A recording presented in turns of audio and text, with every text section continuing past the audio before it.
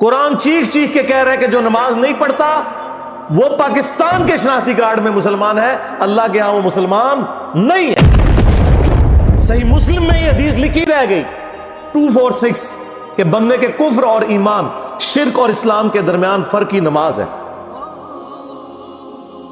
یہ حدیث مسلم میں ہی لکھی رہ گئی کہ ابن مسعود رضی اللہ تعالیٰ عنہ کہتے ہیں کہ جماعت کے ساتھ نماز پڑھنا یہ سنت خدا ہے، یہ تمہارے نبی کی وہ سنت ہے جو اللہ نے انہیں عطا کی، اگر اسے چھوڑ دو گے تو برباد ہو جاؤ گے۔ رسول اللہ کے زمانے میں اگر کوئی بیمار بھی ہوتا اور 2 بندوں کے سہارے مسجد میں آ کے نماز پڑھ سکتا تو اس کی کوشش ہوتی کہ میں مسجد میں جماعت سے نماز پڑھوں، کہیں مجھے منافق نہ شمار کر لیا جائے۔ جماعت چھوڑنے پر رسول اللہ کے زمانے میں سمجھا جاتا تھا صلی اللہ علیہ وآلہ وسلم کہ بندہ منافق ہے۔ صحابہ کرام کو، اہل بیت کو کب معلوم تھا کہ ایسی امت بھی آنے والی ہے جو آپ سے بڑا عشق رسول ہونے کا دعویٰ کرے گی اور نماز ایک نہیں پڑھے گی؟ تو وہ کہتے یار یہ تو بڑا آسان اسلام ہے۔ تو یہ حدیثیں تو مسلم شریف میں لکھی رہ گئی، پریکٹیکلی کس نے عمل کیا اس کے اوپر؟ یہ حدیث ترمذی میں لکھی رہ گئی کہ ہمارا اور منافقین کا عہد نماز کی بنیاد پہ ہے، جس نے نماز چھوڑی اس نے کفر کیا۔ یہ صحابہ کرام علیہم رضوان کا فتویٰ ترمذی میں ہی رہ گیا۔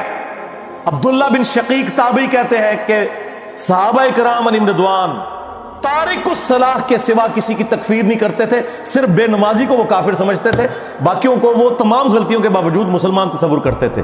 اندازہ کریں، یہ ترمذی میں لکھا رہ گیا جناب۔ ہاں،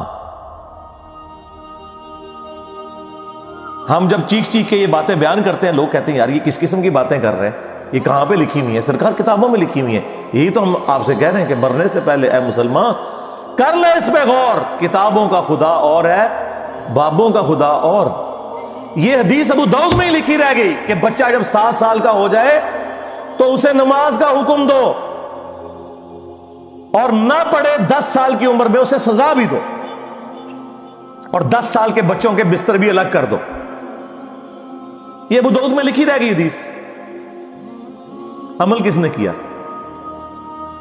یہ حدیث ابن ماجہ میں لکھی رہ گئی کہ نبی علیہ السلام نے فرمایا اے معاذ اللہ کے ساتھ شرک نہ کرنا، خواہ تمہارے ٹکڑے ٹکڑے کر دیے جائیں، تمہیں قتل کر دیا جائے، سولی دے دیا جائے یا آگ میں زندہ جلا دیا جائے، شرک نہ کرنا۔ یہ پہلی نصیحت۔ اسی حدیث میں دوسری نصیحت، نماز نہ چھوڑنا۔ تمہارا اللہ کے ساتھ عہد نماز کی بنیاد پہ ہے، اگر تم نے نماز چھوڑ دی تو اللہ کا ذمہ اٹھ گیا تم سے۔ اور تیسری چیز فرمایا شراب نہ پینا، یہ تمام برائیوں کی جڑ ہے۔ تو یہ حدیثیں تو لکھی رہ گئی سرکار۔ یہ حدیث مسند احمد میں ہی لکھی رہ گئی کہ نبی علیہ السلام نے فرمایا کہ نماز قیامت کے دن نمازی کے لیے دلیل، نجات اور نور ہوگی، اور جو نماز نہیں پڑھتا قیامت کے دن نہ اس کے لیے کوئی دلیل ہوگی اللہ کے حضور بچنے کی، نہ نجات اور نہ کوئی روشنی، نور جو پولیس رات سے گزرنے کے لیے قرآن میں آیا نا وہ نور۔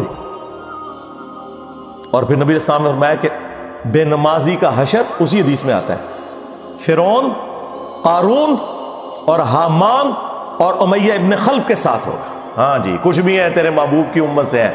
محبوب تو پہلے ہی بتا گئے ہیں کہ بے نمازی تیرا حشر تو فرعون کے ساتھ ہونا ہے، تیرا حشر قارون کے ساتھ ہونا ہے، امیہ ابن خلف کے ساتھ ہونا ہے۔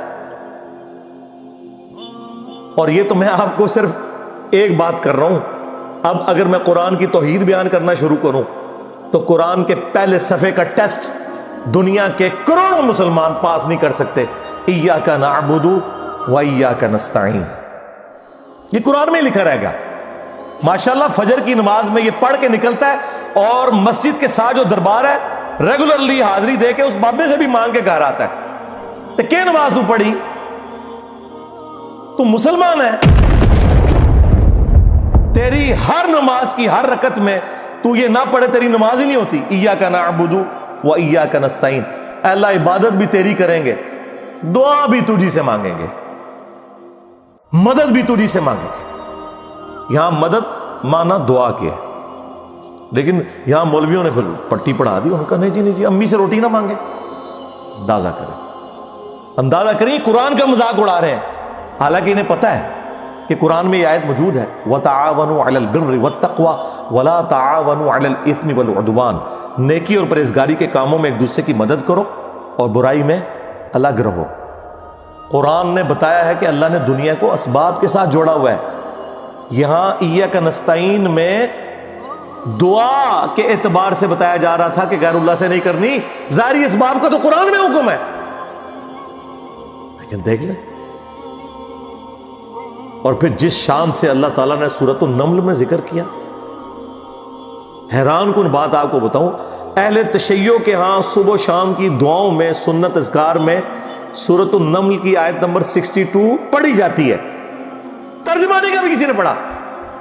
اور ہمارے جن اسٹوڈنٹس نے پڑھا جو شیعہ مکتب سے تعلق رکھتے تھے، کیونکہ میں نے اس آیت کو اتنی دفعہ کوٹ کیا، انہوں نے کہا ہم تو یہ صبح شام پڑھتے ہیں، ترجمہ پڑھا تو انہوں نے کہا یار یہ آیت پڑھ کے بھی سب سے زیادہ شرک ہم کر رہے تھے، کیونکہ اس آیت کے اندر کیا لکھا ہے؟ اَمَّن يُجِيبُ الْمُضْطَرَّ إِذَا دَعَا. بھلا بتاؤ کون ہے جو تکلیف میں گھرے ہوئے شخص کی فریاد کو سنتا ہے، وَيَكْشِفُ السُّوءَ، اور اس سے اس کی برائی کو، تکلیف کو دور کر دیتا ہے، وَيَجْعَلُكُمْ خُلَفَاءَ الْأَرْضِ، اور تمہیں اگلوں کا خلیفہ کرتا ہے زمین پر، تمہارے ماں باپ کے مرنے کے بعد تم، تمہارے مرنے کے بعد تمہاری اولاد کو. اَإِلَٰهٌ مَّعَ اللَّهِ، کیا اللہ کے ساتھ کوئی اور معبود بھی ہے؟ قَلِيلًا مَّا تَذَكَّرُونَ، لیکن بہت کم ہی تم نصیحت حاصل کرتے ہو. بالکل صدق اللہ العظیم، بہت کم لوگوں نے نصیحت حاصل کی. اس آیت میں کلیئر کٹ لکھا ہے کہ جو اللہ کے سوا کسی اور سے دعا کرتا ہے گویا وہ اسے خدا بنائے ہوئے ہے. یا علی مدد کا مطلب سادہ نہیں ہے، اس کا مطلب ہے کہ آپ نے مولا علی کو اللہ کے مقابلے پر خدا تصور کر دیا. نہیں جی ہم تو انہیں اللہ کا بندہ مانتے ہیں. نہیں جناب، قرآن تو یہ کہتا ہے کہ اللہ کا بندہ مان کے یا بغیر بندہ مان کے. جب تمہارا یہ عقیدہ ہے کہ اللہ کے سوا کوئی تمہاری تکلیف دور کر سکتا ہے، جی پیچھے اللہ ہی ہے. اچھا اللہ پیچھے رکھنے ہنستے، یہ دیکھیں حدیث میں لکھا ہوا ہے نماز کا طریقہ. اور نہیں جی ہمارے امام صاحب نے بھی تو وہی کچھ بتایا نا، پیچھے تھے اتنے بھی نبی علیہ السلام نے. نبی علیہ السلام پیچھے رکھنے کے لیے، میرے نبی صاحب ہے ہی کوئی نہیں، تیرے بابے تھے شاہ ہی کوئی نہیں. اللہ پیچھے، رسول پیچھے، آگے تمہارے بابے. عزتیں اویل کی ہیں تم نے اللہ اور اس کے رسول کے نام کے اوپر، چندے کھائے ہیں تم نے رسول اللہ کے نام کے اوپر صلی اللہ علیہ وآلہ وسلم. سواریاں سوار کی ہیں تم نے مکے اور مدینے کے نام کے اوپر، اور غداری کی ہے اپنے دین کے ساتھ. ممبروں پہ چڑھ کے کہتے ہو قرآن و حدیث ڈائریکٹ نہ پڑھنا، گمراہ ہو جاؤ گے. واہ، یہ کوئی یہودی یا نصرانی آ کے بات کرے ہم منہ توڑ دیں. جس طرح آج آگ لگانے کے اوپر قرآن کو ہمیں کتنا غصہ چڑھا ہوا ہے. تیرا مفتی ہر جمعے کو کھڑا ہو کے کہ قرآن اور بخاری ڈائریکٹ نہ پڑھنا، گمراہ ہو جاؤ گے. آگ تو یہ لگا رہا ہے، وہ آگ تو ایک دن تھی، اس سے کوئی فرق نہیں پڑا. قرآن کے ملینز آف کاپیز دنیا میں موجود ہیں، ملینز آف حافظ قرآن ہے. قرآن کو کوئی آگ نہیں لگا سکتا، دنیا سے ختم نہیں کر سکتا. اصل جو چور چھپا ہوا ہے نا وہ تیرے اندر چھپا ہوا ہے. جو یہ علماء ہیں، شیاطین، جنات اور انسانوں میں سے شیاطین، جو تمہیں یہ کہہ رہے ہیں قرآن حدیث ڈائریکٹ نہ پڑھنا، گمراہ ہو جاؤ گے.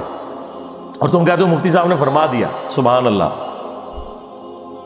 دنیا میں اگر کوئی مفتی صاحب لمبی داڑھی اور پگڑی اور ہاتھ میں تسبیح کے ساتھ آپ کو کوئی 2 نمبر چیز دے دیں، آپ ایک استری خریدنے کے لیے جائیں اپنے کپڑے کرنے کے لیے، اور اس پہ جعلی مور لگا کے وہ بندہ آپ کو وہ استری دے دے، اور آپ کو بعد میں پتہ چل جائے اس نے دھوکہ کیا ہے، تو آپ کیا کہیں گے؟ مفتی صاحب نے فرما دیا استری شریف.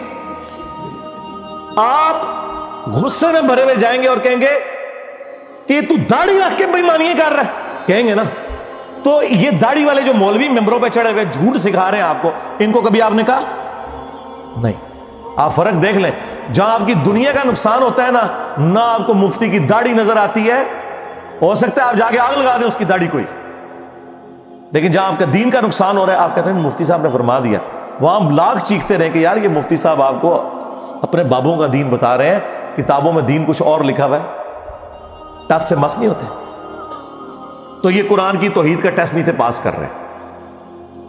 ایک جاہل سے جاہل مسلمان کو بھی یہ بات سمجھ آنی چاہیے کہ بارش کون برساتا ہے؟ اللہ. ڈیوٹی کس کی ہے؟